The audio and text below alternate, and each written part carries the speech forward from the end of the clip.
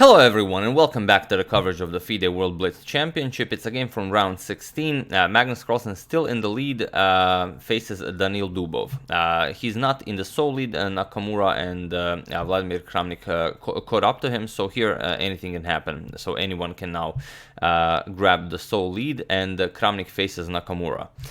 So here Carlsen faces his unofficial second, and it's very interesting to see how will either of them try to surprise the other one. Without further ado, let's check it out. Magnus with the white pieces opens with c4. The English is on the board. We have knight to f6, knight to c3, and c5. We have g3, e6 by Dubov, knight to f3, and d5 now. This is the line Dubov always plays against the English. He played it against everyone. C captures on d5, we have e captures on d5, and now d4. Knight to c6. Dubov played this against a couple of times against Nakamura. He played it against Mamedyarov. Although I don't think he ever, well, not ever, but against the top elite players, I don't think he ever got a win in this line. Bishop g2 by Magnus. We have c captures on d4, knight captures, and now bishop to c5. Attacking the knight, knight back to b3, attacking the bishop, and bishop to b6. Magnus castles here, and now d4. Attacking the knight, knight a4, going after the bishop, and here you cannot go bishop c7 because white can just pick up the knight on c6 and then win the d4 pawn. So not something you want to do. So Dubov just castles here, and Magnus continues development. Bishop g5. We have rook to e8, and here there is a game Dubov played against Nakamura where Nakamura captured on b6. In this position the game ended in a draw, but Magnus goes for rook to e1, and it is a new move in the positions already as of move 13. So we have h6 by Dubov, and now Magnus takes a few moments to calculate and decides that he indeed is interested in the d4 pawn. So captures on b6, we have a captures on b6, captures on f6, we have captures on c6 first, eliminating the defender of the d4 pawn. We have b captures on c6, and now even captures on f6. Queen captures, and now he just eliminates the pawn. So he grabs a pawn and he offers a queen trade.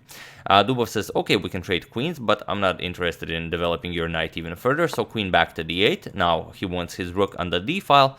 Magnus just goes back. Queen c3 with an attack on the pawn here. c5 by Dubov, which is what you would expect. He wants to put his bishop on this beautiful diagonal. And having a bishop on this diagonal is compensation enough for the sacrificed pawn. We have rook a to d1. Magnus uses this opportunity to get away from the defense of the a pawn, as this move comes with an attack on the queen. Queen to e7, and now knight to c1. The pawn is now defended. The pawn is coming to a3, but Magnus wants to remaneuver the knight, so just as well. h5 by Dubov, as he will put the bishop on this diagonal. He also wants to bust open the position with h4 and h captures on g3. a3 by Magnus. Now the knight can be activated, and now h4. We have knight to d3. Sorry about that.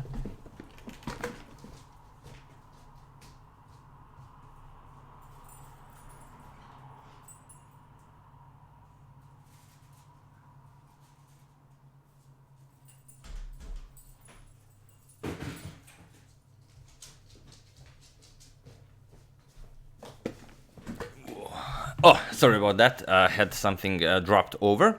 So knight to d3, getting the knight back into the game, and then now rook to a4. Here Dubov tries a nice rook lift. He wants to bring the rook over to the attack.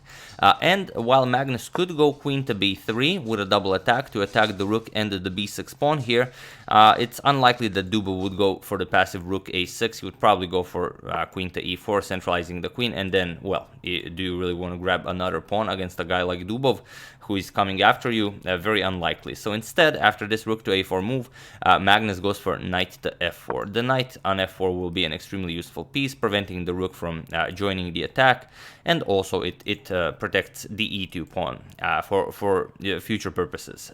We have bishop to b7. Finally, the bishop comes to this long diagonal, and now rook to d3 by Magnus.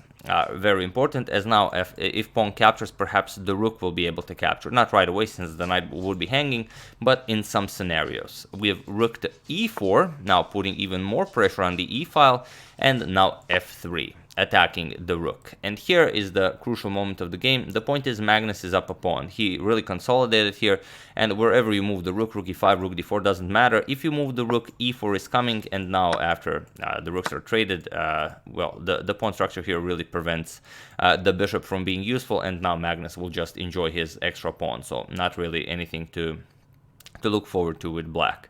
So instead, after this f3 move, Dubov tries h captures on g3. As Magnus was really low on time, I believe Dubov was around a minute and a half, and Magnus was some 20 seconds on the clock. So he tried this h captures on g3, checking to see if Magnus would react to this, but Magnus is not afraid, or wishes to be bluffed upon. So just f captures rook on e4, asking what do you want to do here. Dubov plays g captures on h2 with check, and Magnus captures. You do not want to go to h1 because this allows queen to e4 with check, and then, well, the queen can just continue harassing the white king. So Magnus captures it, and now queen to h4 with check. We have knight to h3 blocking, only move because you're going to lose the knight. So knight to h3, and now rook captures on e4. But now Magnus goes for rook to g3. It threatens mate, since queen g7 would be mate, and it's the good decision. If you go rook g1, well, rook captures on e2 just loses, since the bishop slices over this way, and you will have to block, give up the rook, and then you're getting mated.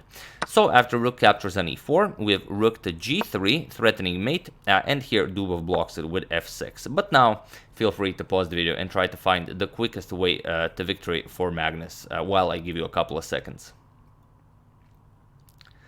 So for those of you who were able to do it, congratulations on finding such a nice two-move maneuver. And for those of you who just want to enjoy the show, it's queen to b3 check. Point is, well, you have to move the king. Where are you going to move the king? That doesn't really matter where you move the king. Well, if you go somewhere like king to f8, then queen captures on b6 is very strong. So Dubov played king to h7, but now Magnus just went queen to f7. It's basically the same idea. Mate is threatened and the bishop is threatened. So here Dubov tried his last trick, which is rook to g4. Now, of course, if queen captures, then you can capture the rook on g3. But Magnus is not interested in such tricks. He just captures on g4. We have queen captures, and now queen captures on b7. And it was in this position on move 33 that Daniil Dubov resigned the game, and a very important victory for Magnus Carlsen in his attempt to win the triple World Chess Championship. Since he already is the classical world champion, he's now the World Rapid Champion as well, and he's trying to claim that World Blitz Championship title. And the game between Nakamura and Kramnik ended in a draw. Kramnik completely outplayed Nakamura, and then Nakamura, with 3 seconds on the clock, was able to hold Kramnik to a draw, being a piece down, which is just insane. And Nakamura really is, I believe, is the strongest blitz player in the world. Well, okay, Magnus should be the strongest in everything, but what Nakamura does in blitz, that's really insane. But yeah, that's the game. I do hope you enjoyed it. I would like to thank Huy Koitran, Gleb Kopchenkov, Joseph Matyar, Hamid Mazuji, and Tazos Arampatsis for a contribution to my channel. Thank you a lot. I really appreciate it.